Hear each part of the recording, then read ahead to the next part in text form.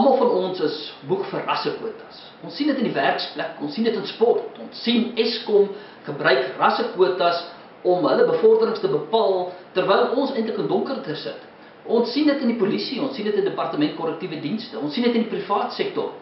En ons sê vir mekaar eenvoudig, genoeg is genoeg. Dit is eenvoudig nie aanvaarbaar. En ons moet die stryd vat ook na 'n volgende vlak. Solidariteit veg dit in die howe. Ons wen sake. Maar in baie gevalle pas die regering nie eers daardie spesifieke besluit toe van die hof nie. En daarom moet ons eenvoudig verder gaan en ons moet hulle gaan aankla by die Verenigde Nasies.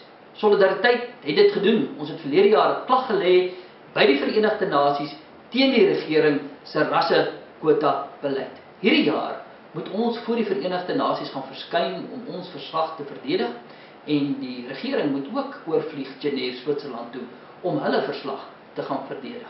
Een van die vereistes van die Verenigde Nasies is dat ons steun moet bewys. As jy dus sterk voel dat die regering se rassekwota beleid nie aanvaarbaar is nie, het ons jou steun nodig. Ons moet nie 10.000 nie, ons moet honderde duisende mense se steun saamvat Genève toe. Ons het jou dus nodig om suksesvol te wees. Maar ons het besluit dat hierdie saak is groter as bloot net solidariteit.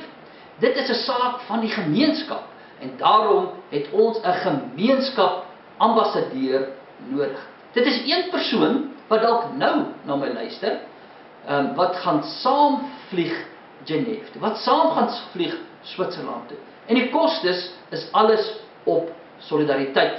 Jy hoef dus niks te betaal nie, maar jy kan die gemeenskap gaan verteenwoordig in Switserland. Jy kan alles saam met ons gaan beleef, saam vlieg, saam sien, saam luister. En ons wil vir jou vra om, indien jy wil in die eerste plek saam gaan saam vlieg, om bloot 'n SMS te stuur.